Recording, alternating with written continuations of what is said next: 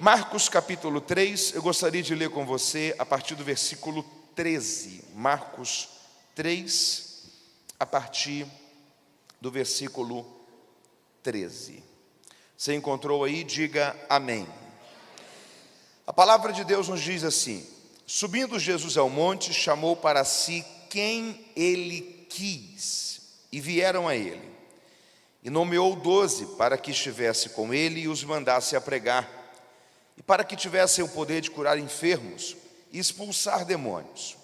Simão, a quem colocou o nome de Pedro, Tiago, filho de Zebedeu, João, irmão de Tiago, aos quais colocou o nome de Boanerges, que significa filhos do trovão, André e Filipe, Bartolomeu e Mateus, Tomé e Tiago, filho de Alfeu, Tadeu, Simão o Zelote e Judas Iscariotes, aquele que o traiu. E se você leu comigo, diga amém. Quem está com a sua atenção voltada à palavra de Deus, diga graças a Deus. Se você pode, repita comigo esse nome, diga liderança. Guarde isso com você esta noite. É impossível nós vivermos sem liderar ou sem sermos liderados. É impossível nós vivermos sem liderar ou sem sermos liderados. Talvez você pare essa noite e fale assim: Mateus, eu não enxergo na minha vida nenhuma esfera que eu estou desenvolvendo liderança, porque na igreja que eu congrego, que eu faço parte, eu não desenvolvo nenhuma função de liderança. No ambiente profissional que eu trabalho, eu também não tenho nenhuma função de liderança. Não sou diretor, não sou proprietário, não sou responsável pela supervisão de nenhuma área. Então não há nada que quando eu olhe para a minha vida hoje, eu identifique que eu estou ali desenvolvendo uma função de liderança. Ainda que talvez você não desenvolva liderança eclesiástica na igreja, ou então liderança corporativa no seu ambiente de trabalho, certamente você é esposo ou esposa, pai ou mãe, e pelo menos dentro da esfera doméstica, da esfera familiar, você exerce e desenvolve liderança. Mas talvez alguém esta noite que pare e diga assim: Mateus, eu nem me casei ainda. Então eu não sou esposa, não sou esposo, não sou pai, não sou mãe, e nem no ambiente doméstico eu identifico alguma função de liderança que eu seja responsável em desenvolver. Ainda que nem na esfera doméstica você não desenvolva liderança, há uma esfera da vida da gente que inevitavelmente nós precisaremos desenvolver liderança ali, que é a esfera da liderança pessoal. Você pode repetir isso comigo? Diga liderança pessoal. Autoliderança é uma coisa que todos nós precisaremos desenvolver. Todos nós. Você precisa gerir melhor o seu tempo, as suas emoções, as suas expectativas, as tensões que envolvem a sua vida. Você precisa gerir melhor os seus recursos, os seus planejamentos acerca do futuro. Todos nós, inevitavelmente, ainda que na esfera pessoal da autoliderança, precisamos lidar com a matéria de liderança em nossa vida pessoal. A engrenagem central da autoliderança é uma coisa chamada autodisciplina. Você pode repetir isso comigo? Diga autodisciplina. Anote isso essa noite se você está tomando nota de algumas ideias. Todas as vezes que você falhar na sua disciplina pessoal, você precisará receber disciplina por parte de alguém. Deixa eu repetir isso daqui mais uma vez a você. Todas as vezes que você falhar na sua disciplina pessoal, você precisará receber disciplina por parte de alguém. Deixa eu fazer uma pergunta a você. Quem aqui algum dia na vida já tomou multa de trânsito? Faz assim com a sua mão. Já aconteceu com você? Radar era 50, você passou a 70. Alguns dias depois chegou o que na sua casa? Uma multa, sim ou não? Sim. Sabe por quê? Porque você falhou na sua disciplina pessoal. Todas as vezes que você falhar na... A engrenagem central da autoliderança é a autodisciplina. Guarde esse conceito com você. Disciplina é fazer o que tem que ser feito, ainda que esteja sem vontade de fazer. Disciplina é fazer o que tem que ser feito, ainda que esteja sem vontade de fazer. A liderança pessoal da vida passa por isso. Eu preciso que você compreenda isso para entender que é impossível nós vivermos sem lidarmos com liderança. Seja liderando pessoas na igreja, no ambiente profissional ou no ambiente familiar, ou seja, liderando a nossa vida pessoal numa esfera de autoliderança. Então, liderança é um dos assuntos centrais da vida. Ou a gente procura estudá-lo, aprender sobre ele, atualizar, aprimorar o nosso conceito pessoal, o nosso conhecimento pessoal sobre liderança, ou nós corremos o risco de sermos líderes ruins em nossa vida sobre pessoas por não atualizarmos a nossa qualidade de liderar. Quando nós falamos sobre liderança, o maior líder que já existiu é o nosso Senhor Jesus Cristo. Há uma coisa muito curiosa dentro da temática sobre Jesus. Se você pega os livros de 100 anos atrás para o restante da humanidade dos séculos anteriores, você vai perceber que todos os livros sobre Jesus, a grande maioria deles, eram escritos ou por pastores, ou por padres, no máximo por filósofos. Mas não saía dentro do campo da questão da liderança, da questão da fé, do cristianismo, ainda que do cristianismo protestante ou do cristianismo católico, mas qualquer assunto, você mexia, um livro sobre Jesus, foi o padre tal que escreveu, não, foi o teólogo tal que escreveu, não, foi o pastor tal que escreveu. A temática de assunto de liderança sempre passava pelo viés do cristianismo, pelas pessoas que lidavam diretamente com a fé. Se você pega os livros de 60, 70 anos para cá, você vai perceber que existiu uma descoberta da pessoa extraordinária que foi o nosso Senhor Jesus Cristo. Hoje você tem livros como Jesus, o maior psicólogo que já existiu, o maior gestor de pessoas que já existiu, o maior líder de pessoas, o maior gestor de emoções, enfim, esferas distintas da liderança, que se você precisa de um modelo, de uma referência, de alguém que alcançou perfeição naquilo ali, você tem em Jesus a referência daquele modelo, porque Cristo é o nosso maior modelo. Cristo é a nossa maior liderança, é o nosso maior exemplo. E nunca ninguém liderou como ele liderou. Só que quando a gente volta o nosso coração para o modo como Jesus liderava, a gente percebe que, embora ele era eficiente, ele não era complexo. Embora ele era profundo, ele não era difícil de ser entendido. Jesus liderava pessoas dentro da realidade das suas vidas, desenvolvendo, potencializando essas pessoas. Só que o modelo de liderança que Jesus nos deixou é um modelo que, se nós assimilarmos e compreendermos ele, não é difícil de ser reproduzido na forma como nós lideramos na igreja, na vida profissional, na vida familiar e também na nossa vida pessoal. Minha proposta esta noite, dentro dos próximos minutos, sem cansar a vocês, é compartilhar a vocês sobre pelo menos 6 pontos que nos mostram como Jesus liderava e como nós podemos liderar também em nossa vida a partir do modelo que ele nos deixou. Você entendeu até aqui? Diga amém. Antes, deixa eu compartilhar com você rapidamente 2 ideias introdutórias sobre liderança. Eu penso que isso vai ser válido a você. Em primeiro lugar, essas 2 ideias, elas são de 2 pastores norte-americanos, que são referências hoje dentro da questão de pastores que formam pastores, que acompanham pastores, que aconselham e lideram pastores.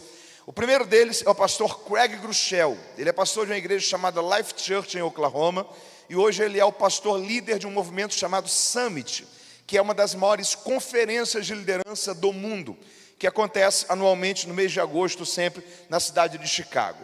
O pastor Craig Groeschel, ele diz uma coisa muito curiosa. Existem 3 palavras que formam um tripé na vida. Se você pode, anote essas palavras aí, e ao ponto que você anotar, repita elas comigo, por favor. Diga: dor, caos e incertezas. Vamos lá, diga: dor, caos e incertezas. Pastor Craig Rochelle diz o seguinte: você está liderando, ok? Você enfrenta uma situação ou de caos, ou de dor, ou de incerteza. Quase sempre, nossa primeira reação diante do caos, da dor e da incerteza é parar e querer fugir. É parar e dizer: eu devo ser a pessoa errada para essa função. É parar e querer entregar aquela responsabilidade. E dizer: talvez outra pessoa, se estivesse liderando, não estaria lidando com essa mesma dificuldade que eu estou lidando. Quase sempre, você está liderando, seja um departamento no seu emprego, seja uma área da igreja, seja qualquer função da sua vida, enfrentou uma situação de caos, de dor ou de incerteza. Quase sempre, nossa atitude é querer se ausentar daquilo, se isentar daquilo, entregar aquela situação. Mas o pastor Craig Rochelle diz algo muito curioso aqui.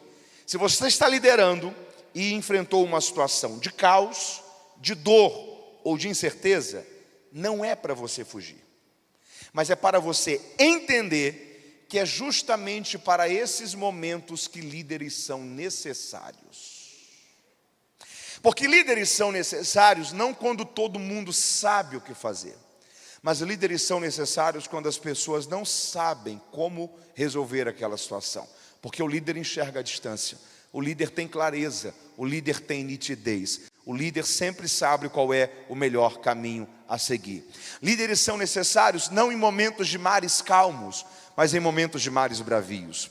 Não quando todo mundo tem uma sugestão assertiva para ser dada, mas quando as pessoas estão confusas, desorientadas, dispersas, enfrentando a dor, o caos e a incerteza, que o líder consegue arrebanhar novamente, conscientizar de uma visão, dar um destino, mostrar um caminho, transmitir segurança. Você está entendendo isso?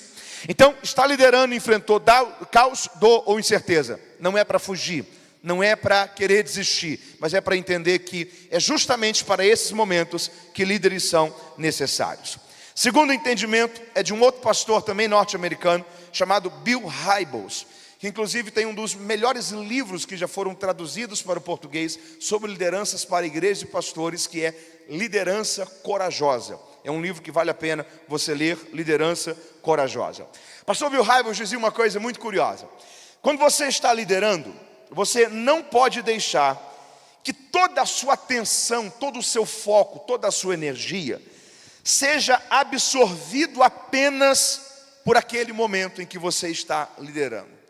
Mas você precisa também concentrar força, concentrar também propósito, direcionamento de atenção para preparar os líderes da próxima geração. Ok? Você está liderando, você não pode liderar enxergando apenas o hoje, o agora, os problemas dessa estação que você está. Você precisa liderar o hoje, mas também enxergando amanhã, enxergando continuação, enxergando preparação de pessoas, enxergando quem serão os líderes da próxima geração. Os judeus têm um ditado muito curioso que diz o seguinte: quem planta tâmaras não colhe tâmaras. Vamos lá? Diga: quem planta tâmaras não colhe tâmaras. Hoje, por causa das mudanças da agricultura, da genética das sementes, você tem uma tamareira produzindo com 25, no máximo 30 anos. Antigamente eram 90 anos para uma tamareira começar a produzir.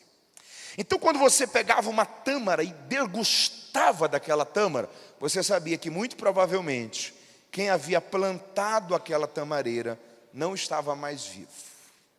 Porque quem planta tâmaras não colhe tâmaras. Só que do mesmo modo que alguém pensou em você lá atrás, isso trazia sobre você um sentimento de responsabilidade, que você também precisava plantar uma tamareira hoje, para que a próxima geração comece, para que daqui 90 anos, 100 anos, alguém desfrutasse de algo que você construiu e edificou.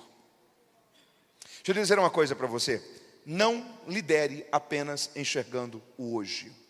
Lidere enxergando os desafios de como estará o que você está liderando hoje, amanhã. Bill Hybels dizia que existem 3 características. Quantas características?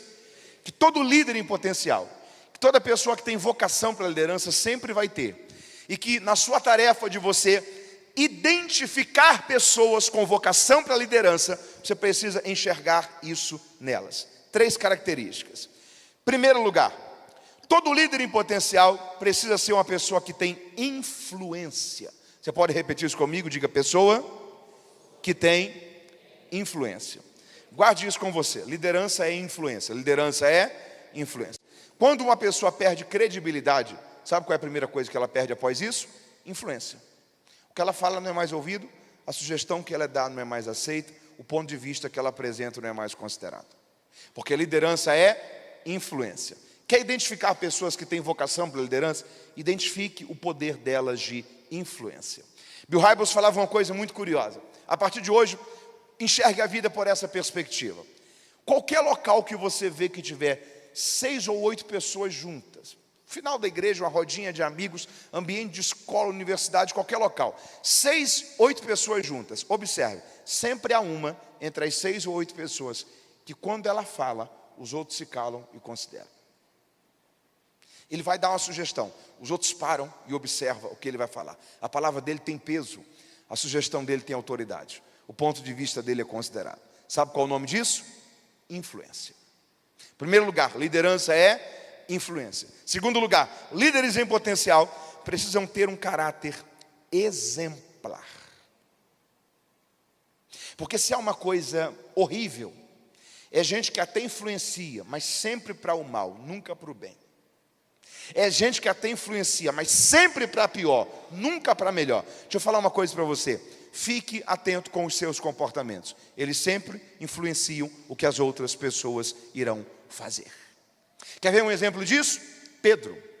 Pedro nega Jesus, e depois que ele nega Jesus, ele se encontra com Jesus por 2 vezes.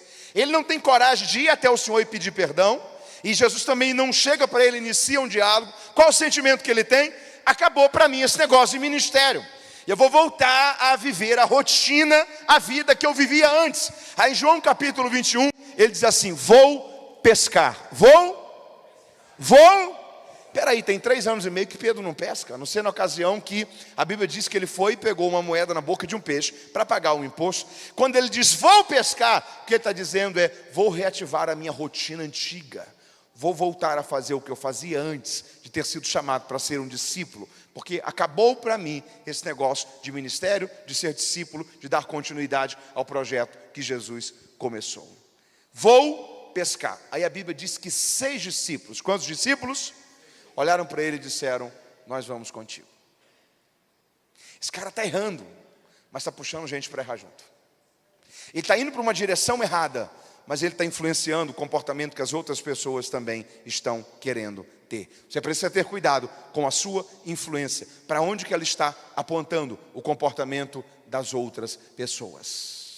É por isso que Paulo disse que há uma condição que deve existir no ministério, que diz que o ministro tem que ser irrepreensível. Você pode repetir isso comigo? Diga: eu preciso ser uma pessoa irrepreensível.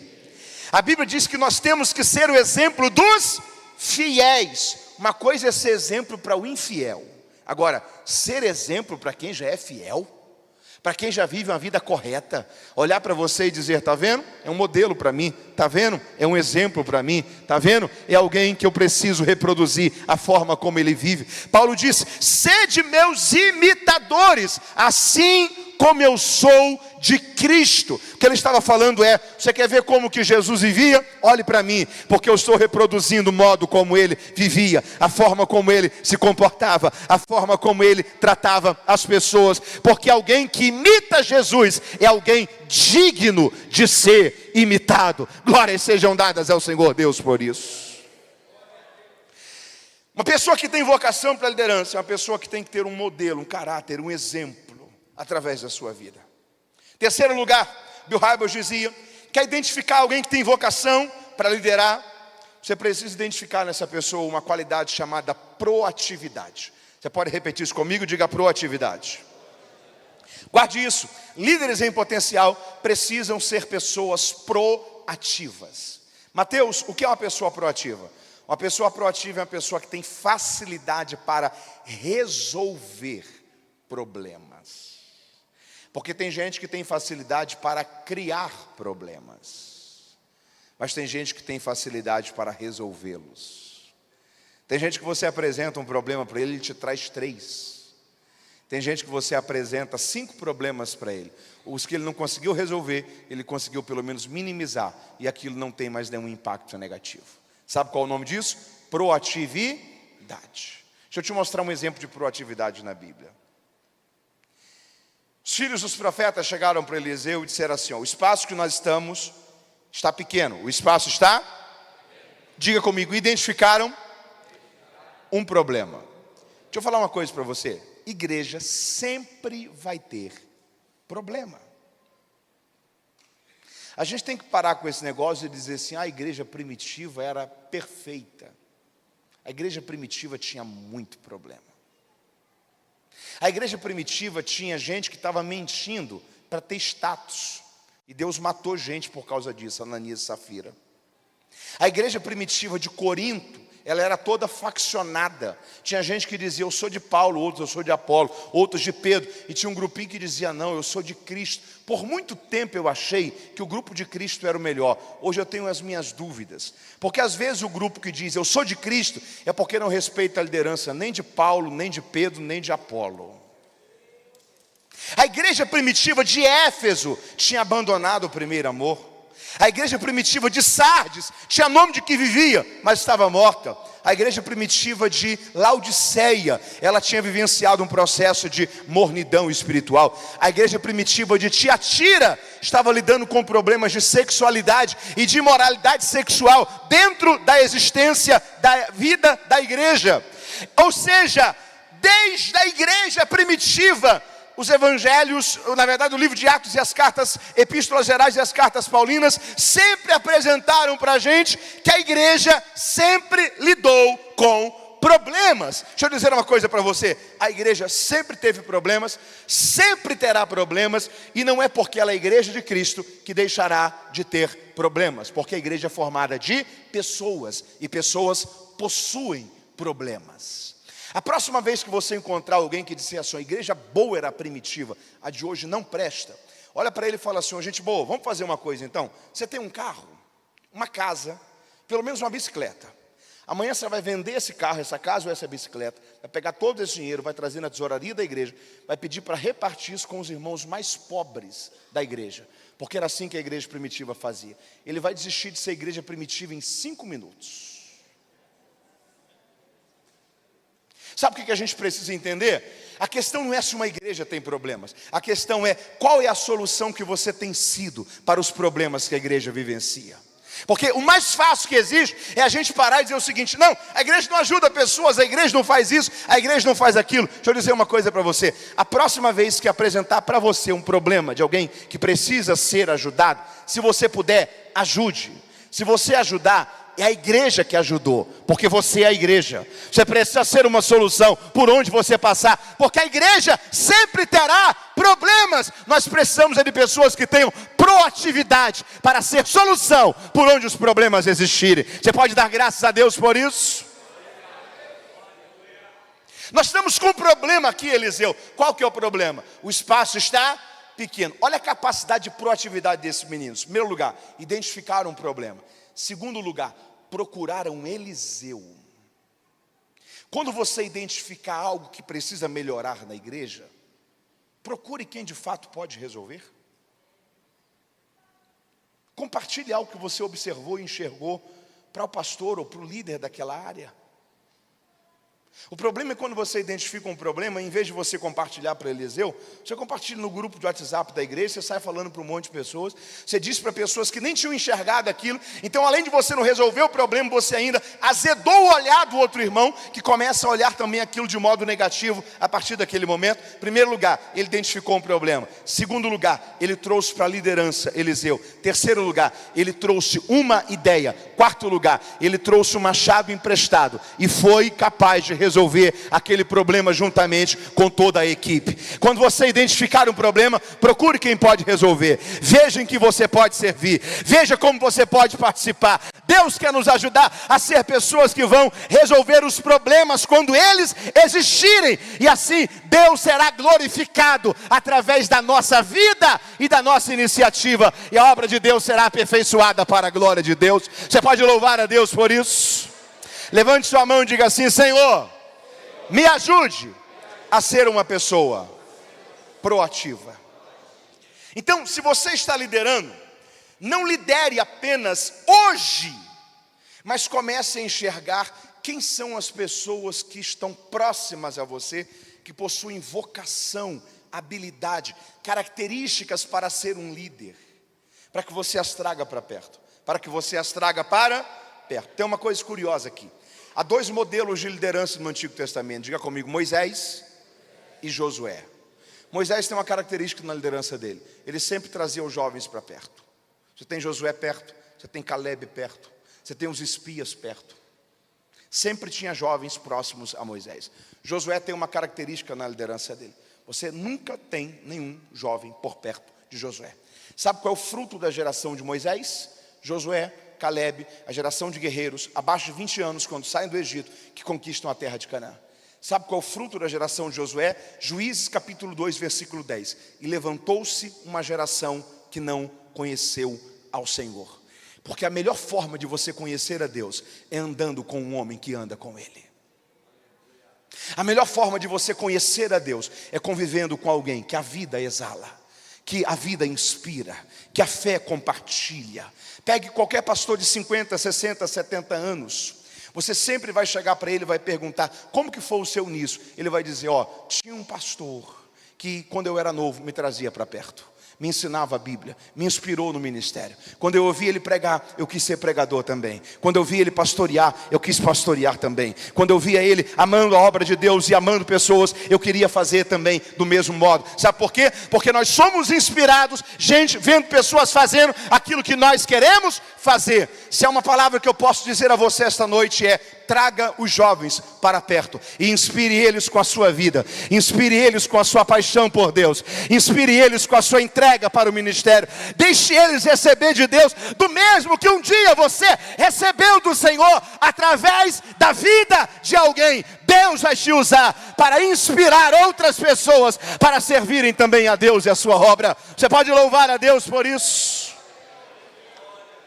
Então, se você está liderando, seja que área for, Mateus, eu lidero jovens, eu lidero crianças, eu lidero irmãs, eu lidero homens, eu lidero uma função da igreja. Está liderando alguma coisa? Não lidere enxergando apenas o hoje, mas comece a enxergar o amanhã, trazendo pessoas para perto, para que elas aprendam, absorvam, reproduzam e sigam dentro daquilo que hoje você está magistralmente fazendo. Você me ouviu, entendeu? Diga amém.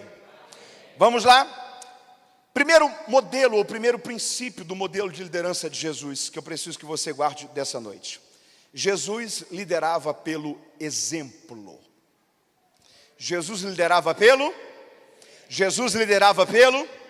Guarde isso com você. As pessoas vão se esquecer do que você vai falar com elas, mas elas não vão se esquecer do que elas veem você fazendo. O mesmo Jesus que pregou o sermão da ovelha perdida, dizendo de um pastor que deixou 99 ovelhas salvas para ir em busca de uma que estava perdida, foi o mesmo Jesus que em Marcos capítulo 4 deixou uma multidão na Galileia que já estava salva para ir em busca de uma única ovelha que estava perdida, o endemoniado de Gadara, do outro lado do mar da Galileia. Sabe por quê? Porque Jesus casava o que ele ensinava com o que ele vivia. Jesus liderava pelo exemplo. Pastor José Satiro tem uma frase que eu acho ela muito sugestiva. Ele diz o seguinte: se a minha teologia não mudar a minha biografia, eu me tornarei uma hipocrisia. Se a minha teologia não mudar a minha biografia, eu me tornarei uma hipocrisia. Se aquilo que eu creio não mudar a vida que eu estou vivendo, eu vou me tornar uma farsa. Porque a vida se influencia pelo exemplo. Você está comigo aí? Diga amém. Solte suas duas mãos aí, se você pode. Faz assim. Vamos lá? Comece a fazer assim. Todo mundo? Deixa aí o caderno, a bolsa, no colo. Comece a fazer um pouco mais forte. Vamos lá? Aí atrás também. Até começar a aquecer. Começou a ficar quente sua mão? Se já estiver quente, coloque ela, por favor, no pescoço assim, ó. Eu pedi para vocês colocarem a mão onde? Onde foi que vocês colocaram a mão? Sabe por que você colocou a mão no rosto e não no pescoço? Guarde isso com você. Aquilo que eu faço sempre vai te influenciar muito mais do que aquilo que eu falo. Sempre. Você não vai se lembrar do que eu te dei como orientação. Você nunca vai se esquecer do que eu te deixei como exemplo. É por isso que as palavras têm até algum impacto. Só que o que de fato traz transformação sobre a vida das pessoas não é aquilo que elas nos ouvem dizer, mas é aquilo que elas nos veem fazendo. É por isso que você tem que ter cuidado, por exemplo, com quem que você tem como referência. Ok? Porque referência é alguém que chegou hoje aonde você quer estar em 20 anos. É por isso que você tem que ter um cuidado de quais modelos você está reproduzindo. Deixa eu mostrar isso para você. Quem foi o pai de Samuel? Diga comigo, Eucana. Foi quem? Mas qual foi a figura masculina que Samuel cresceu vendo dentro da sua paternidade? Eli. Qual é a característica de Eli? Um homem de uma moral íntegra. Você não tem um erro de Eli para citar na Bíblia. O único erro dele é que ele foi um mau pai para os seus filhos. As gerações passam. Qual que é o legado de Samuel? Um homem íntegro. Você não tem isso daqui para falar de Samuel. Qual que é a crise do final da vida de Samuel? O povo de Israel olhando para ele dizendo assim, se você vivesse 200 anos, a gente aceitaria a sua liderança 200 anos. Mas com os seus filhos não dá para ser liderado por eles. O modelo de paternidade de Samuel reproduz o modelo de paternidade de Eli. Que aprendeu a fazer como? Aprendeu a fazer vendo. Aprendeu a fazer com a única referência que ele tinha sendo feito, que ele estava perto de fazer. Cuidado para você não trazer como modelo para a sua vida pessoas que o que elas estão vivendo você não quer viver.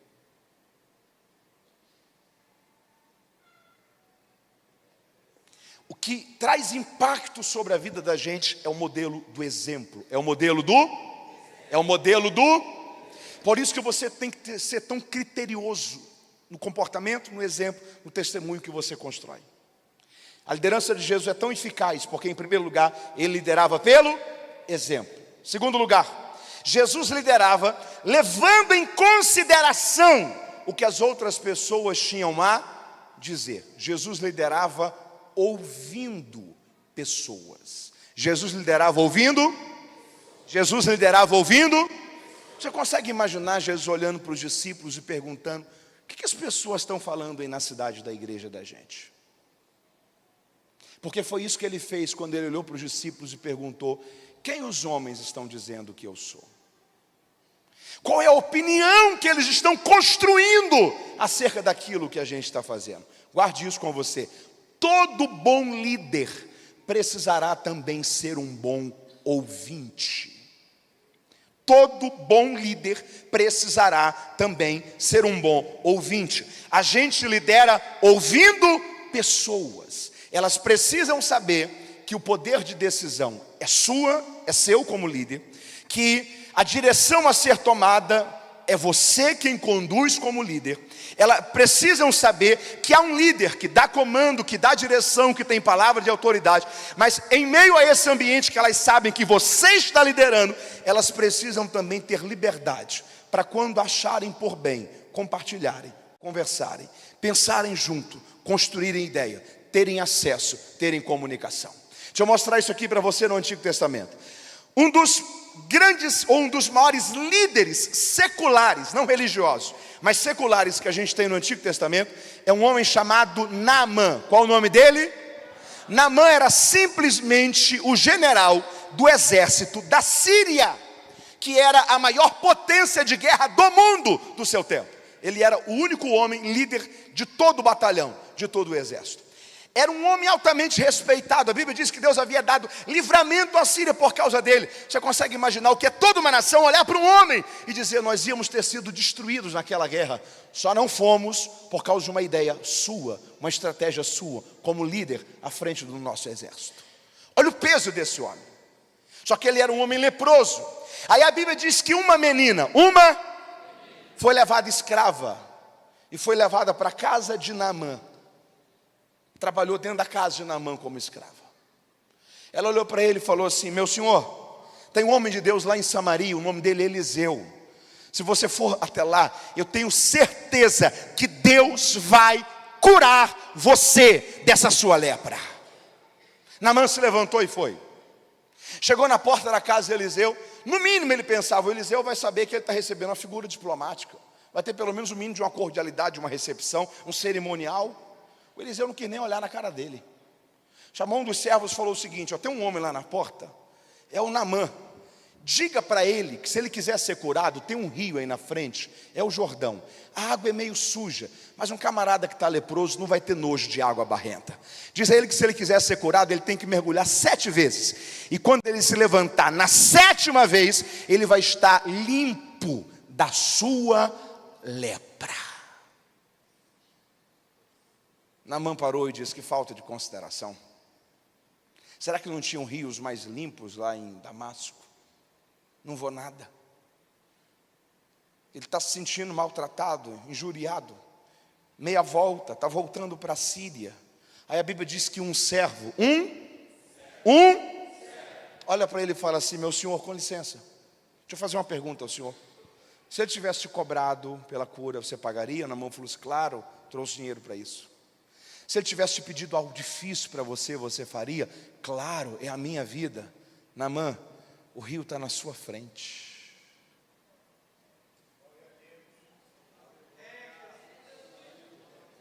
Naamã processa isso. Eliseu tinha mexido no ponto central. Qual era a única pessoa que tinha visto lepra em Naamã? Quem era? A menina. Por quê? Porque ela lidava com o ambiente doméstico. Era o único momento que ela lidava com o Naamã e não com o general.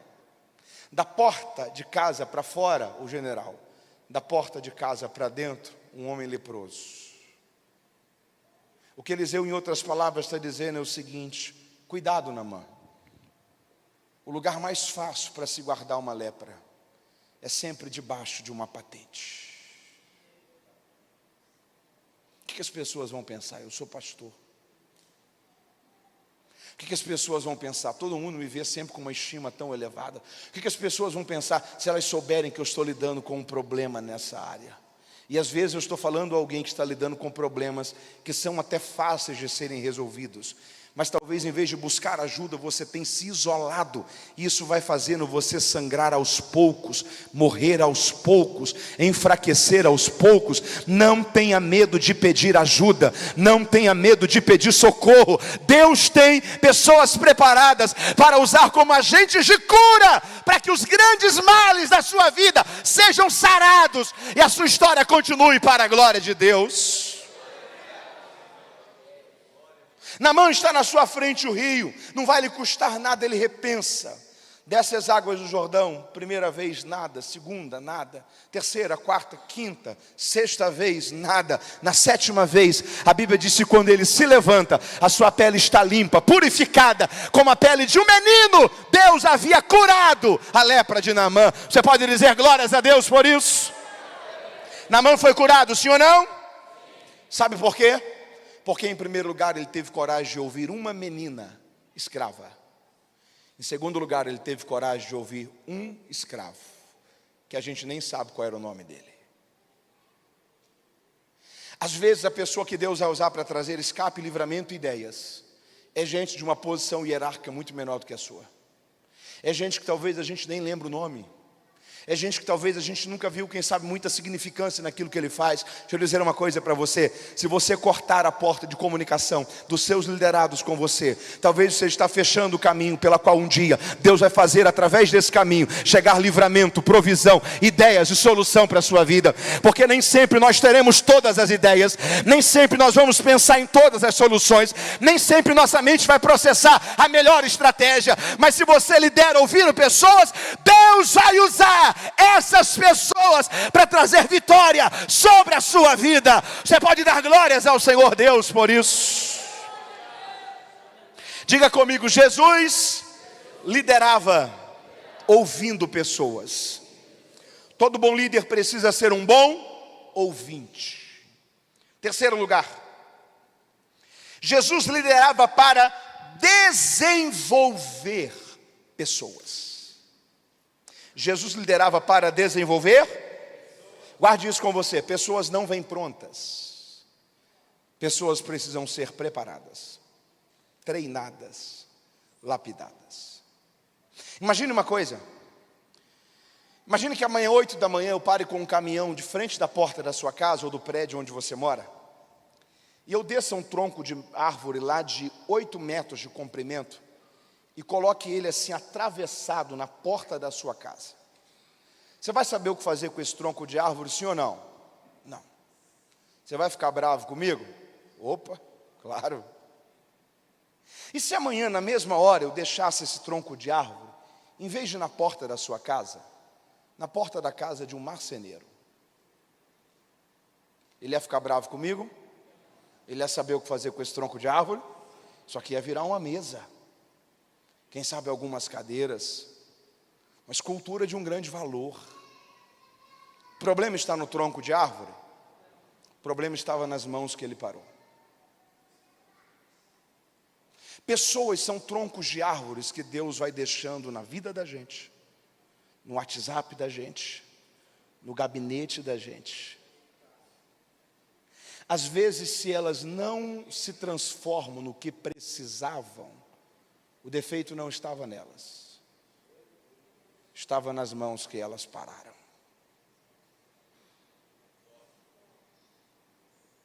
Jesus liderava para desenvolver pessoas. Se Jesus chegasse para mim e dissesse assim: Mateus, escolha os 12, minha lista ia ser muito diferente. Sabe quem que eu não ia escolher?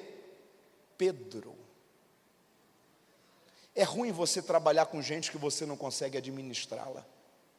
Gente imprevisível. Que você combina isso daqui com ela, 20 minutos depois ela faz totalmente ao contrário. Sabe uma mistura que eu não ia fazer nunca? Pedro e Mateus. Sabe quem era Mateus? Levi, publicano, cobrador de impostos. Os publicanos eram a classe mais mal vista de Israel daquele tempo. Eram tidos como traíras, como ingratos. Porque o imperador não ia lá na Galileia cobrar impostos, ele vendia a jurisdição. Então, se a região arrecadasse 100 denários, ele vendia por 80. A pessoa que comprava arrecadava os 100, os outros 20 ficavam para quem? Para ela. Por isso que Zaqueu era mal visto, por isso que Mateus era mal visto, por isso que os publicanos eram mal vistos. Sabe aonde era o local que Mateus arrecadava impostos? Cafarnaum. Sabe onde é o lugar que Pedro pagava impostos? Cafarnaum. Sabe quem Pedro pagou a vida inteira impostos com muita raiva e revolta? Mateus. Sabe quem Jesus colocou junto para trabalhar no ministério? Pedro e Mateus. Eu não ia fazer uma mistura dessa nunca. Jesus fez, deu certo. Sabe quem que eu ia chamar para trabalhar comigo? Judas. Era o único que tinha perfil técnico. Era o único que tinha uma formação. Era o único que entendia de administração. Tanto que era o tesoureiro do grupo. Foi quem deu errado. Sabe quem deu certo no ministério de Jesus? Quem não veio pronto. Porque pessoas não vêm prontas. Pessoas vão vir empenadas. Pessoas vão vir te dando dor de cabeça. Pessoas vão vir, às vezes, você tendo que corrigir elas 2, 3 vezes, aconselhar 3, 4 vezes pela mesma situação.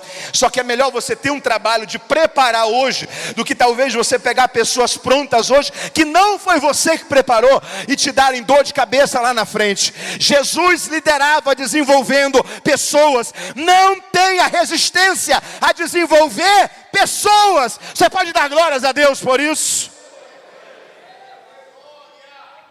Se há uma coisa que nós precisamos entender nesse terceiro ponto, é que pessoas, elas não vêm prontas, elas vão te dar trabalho, elas vão fazer você perder noite de sono, às vezes elas vão até importunar a tua tranquilidade, só que se você não desistir delas, isso aqui vai fazer toda a diferença para quem elas serão lá na frente.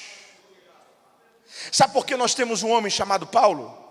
Porque nós temos um homem chamado Barnabé que não desistiu de Paulo. Aí um dia, Barnabé quis fazer por João Marcos a mesma coisa que um dia havia feito com Paulo. Primeira viagem missionária, Barnabé chama João Marcos e diz: vamos? O Marcos falou assim: opa, claro. Primeira luta que enfrentaram, Marcos deixa Paulo e Barnabé no meio do caminho, volta para Jerusalém, dor de cabeça, transtorno. Pouco tempo depois, 2 anos e meio depois, termina a primeira viagem missionária. Aí Paulo e Barnabé vão começar a segunda viagem missionária. Paulo olha para Barnabé e fala assim: vamos? Barnabé fala assim: claro, João Marcos, vamos juntos? Paulo diz: se ele for, eu não vou. Vai, não vai, vai, não vai, vai, não vai, se dividem. Barnabé pega João Marcos, vai para Chipre. Paulo pega Silas para fazer a segunda viagem missionária. Nunca mais se ouviu falar nada de Barnabé. De João Marcos, sim. Paulo está preso em sua última prisão em Roma. O ano é 67 depois de Cristo. Ele está preso na prisão Mamertino, no centro antigo de Roma. Ele está escrevendo a sua última carta. Se você pegar um psicanalista ou um psicólogo, qualquer pessoa que trabalha com emoções, dizer o seguinte: defina para mim o diagnóstico dessa pessoa aqui. Ele vai dizer o seguinte: a fé desse homem está inabalável. Porque ele sabe que está perto de morrer, porque ele diz: estou perto de ser oferecido como oferta de libação. Ele não está com medo da morte, ele está convicto da sua fé, ele está convicto de que Cristo é o Senhor da sua vida, a ponto de ele dizer: eu combati o bom combate, eu acabei a carreira e eu guardei a fé. Estou morrendo crente, firmado nas mesmas convicções que do meu começo. A fé desse homem está inabalável. Se você perguntar para ele: me fale um pouco sobre as emoções dele lendo essa carta, ele vai dizer o seguinte: as emoções estão em choque. Porque ele está dizendo: Timóteo, vem depressa. Uma coisa é você dizer: Timóteo, será que você pode vir? Outra coisa é você dizer: Timóteo, vem rápido. Ele está dizendo: só Lucas ficou. Só Lucas? Só Lucas? Uma coisa é dizer: ficou Lucas. Outra coisa é falar: só ficou Lucas. Mas por que só ficou Lucas? Os de Roma me abandonaram, os da Ásia me deixaram, Alexandre o Latueiro me traiu, Demas me abandonou, amando o presente século. Esse homem está se sentindo só. Ele está lidando com solidão, está deixando isso bem claro. Mas quais são as palavras finais da vida dele? Ele está falando 3 coisas que estão intrínsecas dentro da sua alma. Primeira coisa, ele está com medo do inverno. Ele está dizendo: passe e traga a minha capa que eu deixei em Troade. Segunda coisa impressionante, ele está dizendo: traga também os meus livros, traga também os meus. Paulo sabe que está perto de morrer, mas está querendo aprender. Que homem é esse que perto de morrer está querendo continuar a aprender? Mas a terceira declaração dele é que ele está sentindo falta de um jovem que, quando precisou de uma segunda chance, ele não deu. Ele está dizendo: traga-me João Marcos. João Marcos, João Marcos. Mas por que João Marcos? Porque ele é tão útil para mim, para o ministério. Eu fiquei sozinho. Eu estou sentindo falta de João Marcos. As pessoas que eu achei que iam estar ao meu lado me abandonaram. Como que João Marcos está fazendo falta nesse momento que eu estou da trajetória? Em outras palavras, ele está dizendo: que bom que Barnabé teve a paciência que eu não tive. Que bom que Barnabé entendeu que essa peça chamada João Marcos ia dar trabalho. Eu não tive paciência de lidar com ela, mas ele trouxe para perto e disse: vai dar trabalho, mas eu não vou desistir não. Eu vou ir tirando as quinas, eu vou tirando aquilo que está entalhado, eu vou deixando do jeito certo, segundo Deus. Deus vai te usar para desenvolver pessoas. Não desista das pessoas que Deus colocou no seu caminho.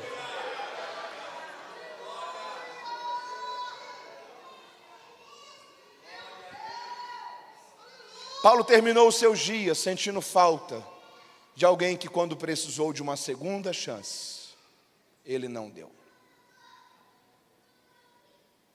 Deixa eu fazer uma pergunta aqui para você. Você queria ter passado aqueles 3 anos e meio com Jesus? Faz assim: eu queria. Você queria ter convivido aqueles anos com Jesus como discípulo? Queria? Você queria ter visto aqueles milagres? Queria? Você queria ter caminhado aqueles anos juntos, aprendendo com o Senhor? Queria? Quem queria ter tido Jesus aqui como mestre? Quem queria ter tido Jesus aqui como pastor? Quem queria ter tido Jesus aqui como líder? Judas teve. Você pode estar na melhor igreja, você pode ter o melhor líder, você pode ter o melhor pastor, Se você não tiver um coração ensinável, não funciona.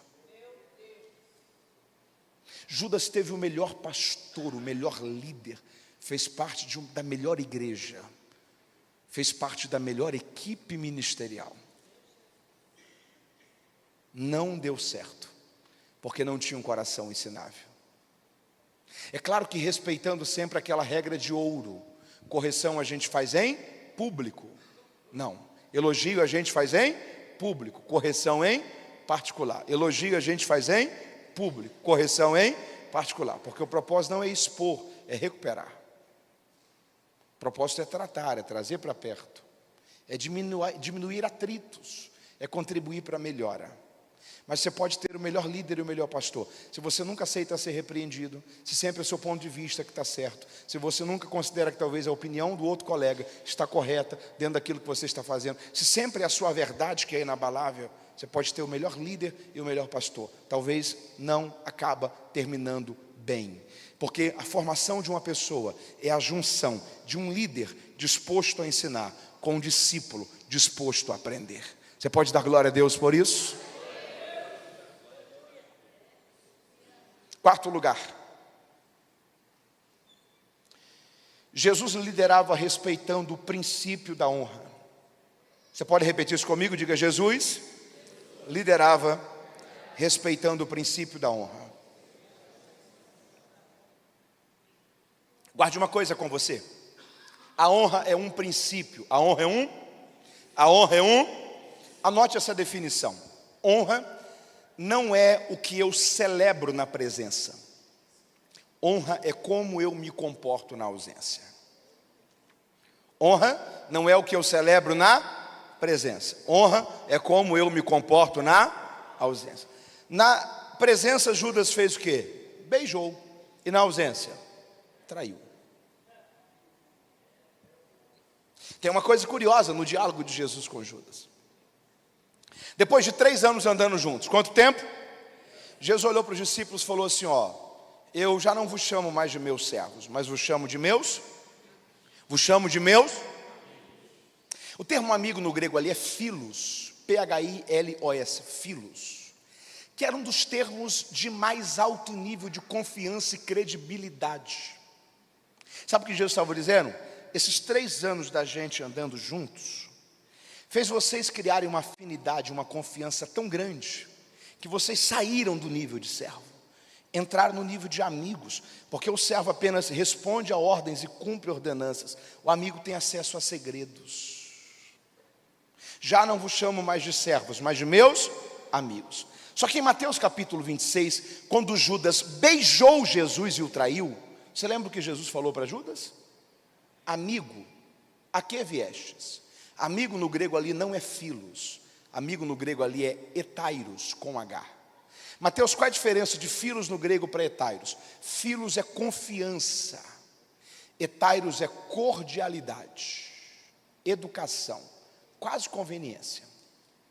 Imagina que você está andando na rua com pressa, tem uma pessoa com um copo de café na mão, você esbarra no ombro da pessoa, derruba o copo de café da pessoa. Você fica constrangido, sim ou não? Você olha para ela e fala assim: meu amigo, me perdoe, sim ou não? É seu amigo? Você já viu antes? Conhece? Por que você chamou de amigo? Conveniência, educação, cordialidade. Sabe o que é isso aqui no grego? Etairos. Amigo, a que viestes? A resposta de Jesus está dizendo o seguinte: Judas, a sua deslealdade fez você cair de nível de confiança.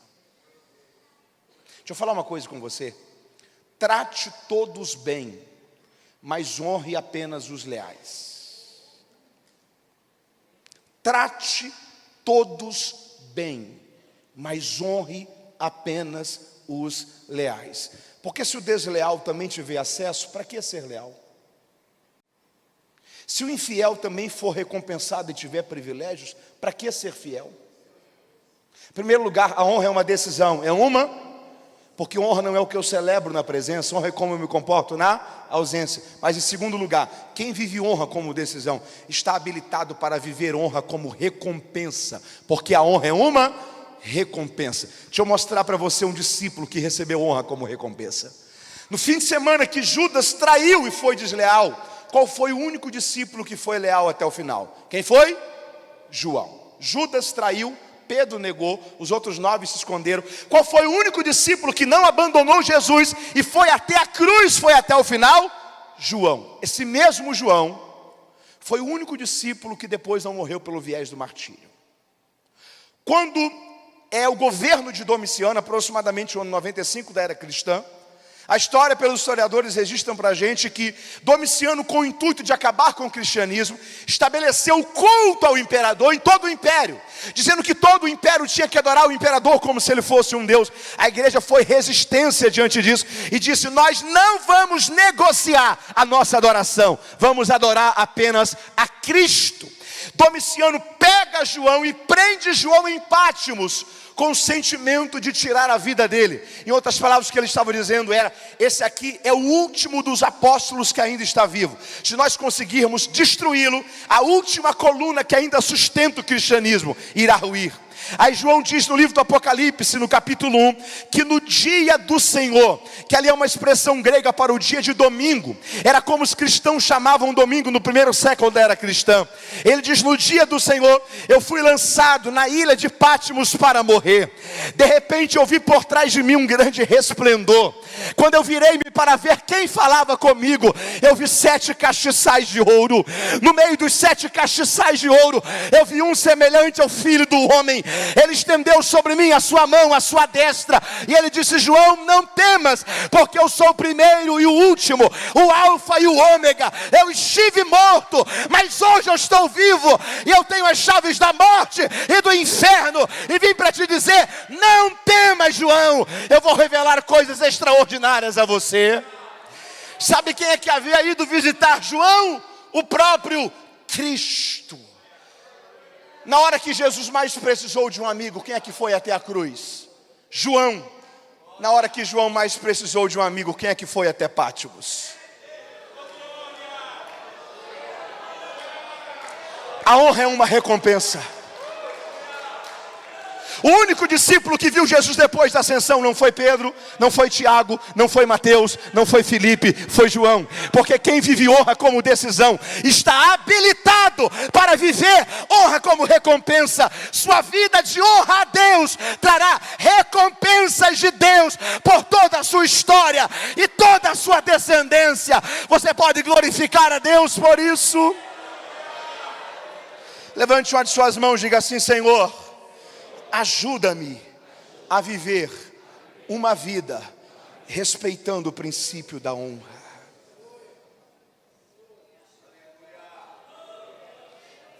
Quinto lugar, começa a concluir aqui. Jesus liderava, guarde isso. Jesus liderava entendendo que o ápice de uma liderança só se alcança quando o líder se torna fisicamente dispensável. Deixa eu repetir isso aqui para você.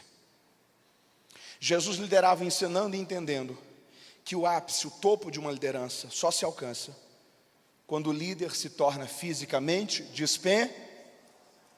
Deixa eu fazer uma pergunta aqui. Quem aqui lidera alguma área, seja na igreja, na profissão, alguma área? Faz assim com a sua mão. Mantenha ela erguida um pouquinho. Se você não estiver lá, pode abaixar. Se você não estiver lá, na sua ausência, funciona com a mesma qualidade? Com a mesma dedicação? Com a mesma entrega de quem serve? Porque um líder só alcança o ápice da sua liderança quando fisicamente ele se torna dispensável. Sabe quando foi que a igreja mais cresceu? Quando fisicamente Jesus não estava mais com os discípulos. Quando ele já havia retornado aos céus. Embora há a promessa eterna: eu estou com vocês todos os dias, até a consumação dos séculos. Mas a igreja mais cresceu quando os discípulos não mais o viam. Quando ele já havia retornado para o Pai. Dr. Miles Monroe tem uma frase que é incrível sobre isso. Um líder na sua ausência pode deixar saudades, mas não pode fazer falta. Um líder na sua ausência pode deixar saudades, mas não pode fazer falta. Porque se ele faz falta, é porque ele não preparou alguém para quando ele não estivesse mais presente. Com certeza, tinha dias que João parava e dizia: que saudade de atravessar o mar da Galileia conversando com Jesus. Que saudade de ver um pôr do sol às margens do mar, ouvindo ele pregar. Mas você não tem ninguém dizendo que falta que Jesus está fazendo, né? A igreja está acabando. Ninguém mais é curado. Aquela multidão que se formava quando ele estava aqui dissipou, os cultos não dá mais ninguém. Pelo contrário, Jesus liderando, olhando e dizendo: ó, vocês vão fazer obras muito maiores do que aquelas que eu fiz. Você tem um Pedro dizendo: ó, eu não tenho prata, eu não tenho ouro, mas o que eu tenho, em nome de Jesus eu te dou, levanta-te e anda. Porque nós precisamos preparar pessoas para que o nosso teto seja o piso delas. Para que o nosso limite de até onde conseguimos chegar seja o ponto de partida daquilo que eles vão construir. A pior coisa que tem é quando você vê alguém dizendo: ah, essa secretaria aqui nunca mais vai ter um secretário igual eu. Esse departamento que nunca mais vai ter um líder igual eu. Essa congregação aqui nunca mais vai ter um dirigente igual eu. Prepare pessoas para que elas sejam melhores do que você. Para que quando Deus te precisar em outro lugar e fisicamente ali você estiver ausente, as pessoas sintam saudades, mas ninguém diga que falta está fazendo. Por quê? Porque você preparou alguém para continuar, para prosseguir, para ir além, para fazer mais, para servir melhor. Um líder só alcança o ápice da sua liderança quando fisicamente ele se torna dispensável. O pastor Costa Neto tem um modelo sobre formação de líderes que eu acho incrível. Ele tem 4 etapas. Quantas etapas? Primeira etapa, guarde isso, memorize, talvez anote.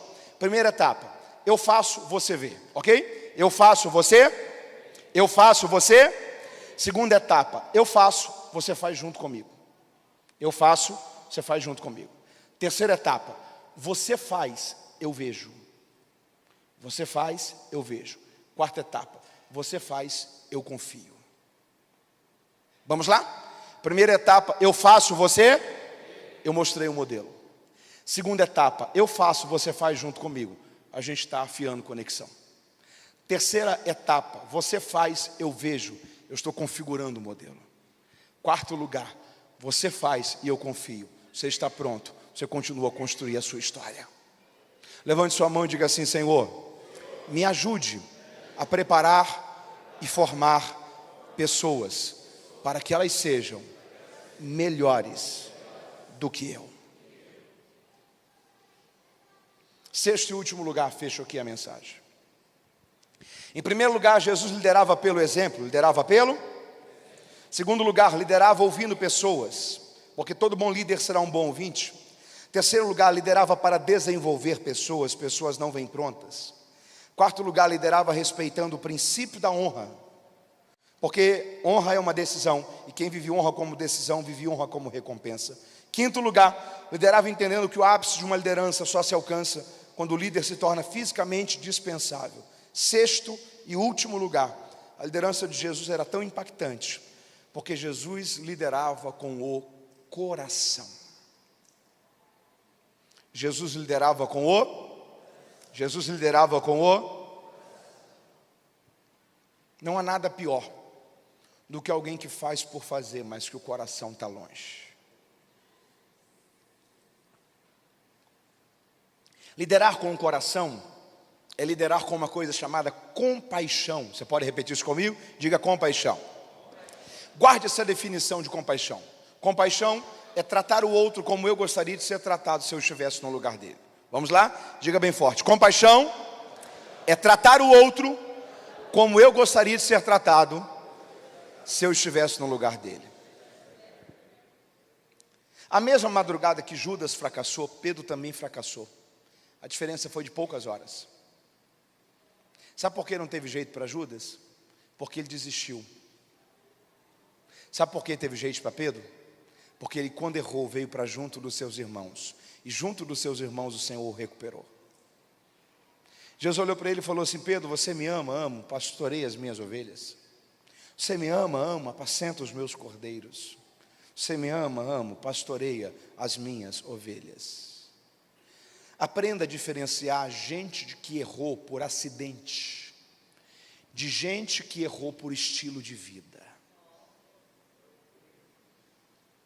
Tem gente que o erro para ele se tornou uma cultura. Tem gente que errou por acidente, mas a intenção sempre foi acertar. O coração sempre foi acertar. Saiba diferenciar gente que errou por acidente, de gente que o erro é simplesmente uma continuidade, é reincidência. Judas já estava errando há muito tempo. Pedro errou tentando acertar. Pedro, você me ama? Amo. Me ama mesmo? Amo. Me ama mesmo? Amo. Então pastorei as minhas ovelhas. Sabe qual é o nome disso? Compaixão. Porque compaixão é tratar o outro como eu gostaria de ser tratado se eu estivesse no lugar dele. Eu não sei você, mas eu não teria coragem de confiar minhas únicas ovelhas a um homem que poucos dias antes me negou e disse que não sabia quem eu era. O primeiro pastor foi um homem perdoado. O primeiro pastor foi um homem que havia recém-negado Jesus, mas se arrependeu. Quem aqui já sentiu dor alguma vez na vida? Levante sua mão aí. Dor nas pernas, quem já sentiu? Dor de cabeça, quem já sentiu? Dor de coluna. Dor da ingratidão. Dói sim ou não? Você sabia que todos esses tipos de dores são dores fáceis de serem sentidos? Sabe por quê? Porque doem na gente. Sabe qual é a dor mais difícil de sentir? A dor que dói no outro. Porque sentir a dor que dói no outro exige de mim uma coisa chamada compaixão. Eu encerro aqui. Sabe quem ensinou para a gente que é compaixão? Jesus, em 2 dos seus ensinos. Parábola do bom samaritano e parábola do rico e o Lázaro. Em ambas as parábolas a lógica é a mesma. O pecado não é o que você faz, o pecado é o que você não faz. Porque não foi o sacerdote que assaltou o viajante. Não foi o levita que deixou ele meio morto. Não foi o rico que deixou o Lázaro cheio de chagas. Mas o que o bom samaritano teve foi compaixão. Ele parou. Tem um diferencial aqui, uma coisa é dó, outra coisa é compaixão, uma coisa é, outra coisa é. Mateus, como diferenciar? O sacerdote passou, viu, pegou distância, seguiu. Levita passou, viu, pegou distância, seguiu. Bom samaritano passou, parou. Primeira coisa que ele fez, desceu do animal, desceu do... Porque quem sente dó vê por cima. Quem sente compaixão desce no mesmo nível. Porque o que está dizendo é o seguinte: a sua dor consegue também ser sentida em mim. Se você vê que está doendo, mas vê por cima e não para, é dó. Se você vê que está doendo, para e socorre, é compaixão. Porque compaixão é tratar o outro como eu gostaria de ser tratado se eu estivesse no lugar dele. O rico poderia olhar e dizer: eu até sou generoso de deixar o Lázaro à minha porta. Ele é mal cheiroso, ele está constrangendo as minhas visitas que vêm. Não fui eu que coloquei essa doença nele.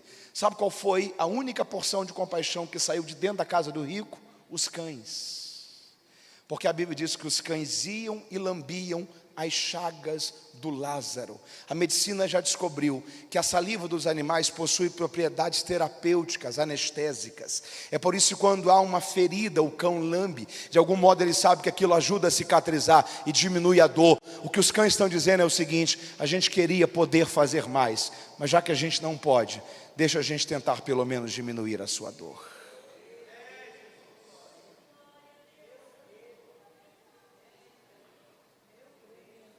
A gente não pode construir uma liderança que olha por cima. A gente não pode construir uma liderança que não se coloca no lugar do outro. A gente não pode construir uma liderança que não desenvolve empatia. A gente não pode construir uma liderança que não lidera com o coração. Foi útil para você isso? Fica de pé comigo em nome de Jesus. Eu não sei você, mas todas as vezes que eu passo por esses pontos, o sentimento que eu tenho é que eu preciso melhorar muito. Você também tem esse sentimento? Coloque sua mão no seu coração. Que a gente melhore a nossa liderança na igreja, na vida profissional, em casa, com os nossos filhos, com a esposa, com o lar. No ambiente de fé. Que a gente lidere pelo exemplo. Que a gente aprenda a ouvir pessoas e considerar o que elas estão dizendo. Que a gente lidere para desenvolver pessoas. Que pessoas cresçam por causa de um empenho nosso. Que a gente também não seja bobo. Entenda que honra é honra. Trate todos bem, mas honra é para os leais. Então quem viveu honra como decisão, viverá honra como recompensa. Mas que a gente não lidere também achando que a gente será para sempre. Porque Deus precisará da gente em outros locais. E a gente precisa liderar para estar ausente.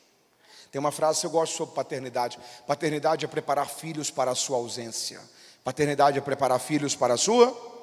Paternidade é preparar filhos para a sua. Paternidade é preparar os seus filhos para saberem viver bem quando você não estiver mais aqui. Porque do mesmo modo um líder também só alcança o ápice da sua liderança quando fisicamente ele se torna dispensável. E não morreu o que ele construiu como liderança, porque ele criou uma liderança sustentável. E a gente precisa liderar com o coração. Ter compaixão, se colocar mais no lugar do outro. Agir como Jesus. Senhor, eu quero te dar graças pela vida dos meus irmãos. Tanto os que estão no auditório presencial, como os que ouviram pela transmissão. Deus, que haja em nós o mesmo sentimento que também houve em Cristo Jesus. Que o modo como o Senhor liderava, forme dentro da gente um líder que lidera como Jesus liderou, seja na igreja, no ambiente profissional, em casa, na nossa vida pessoal, que sejamos líderes que honrem a Ti e que glorifiquem a forma como o Senhor liderava. Te pedimos isso em nome de Jesus. Amém? Deus te abençoe, permaneça ainda em pé. Pastor, muito obrigado. Ao final, passe lá, adquira os livros. Pela manhã, 9h15, eu aguardo você para compartilhar a última mensagem que eu estou tendo o privilégio de servi-los na escola bíblica desse ano. Muito obrigado.